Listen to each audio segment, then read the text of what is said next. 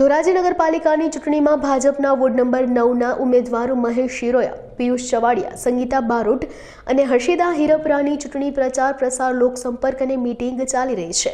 ત્યારે આ ચારેય ઉમેદવારો સારા અને વધુ મતથી જીતે તે માટે ભાજપના અગ્રણીઓ તથા મહિલા આગેવાનોએ પ્રચાર શરૂ કરી દીધો છે।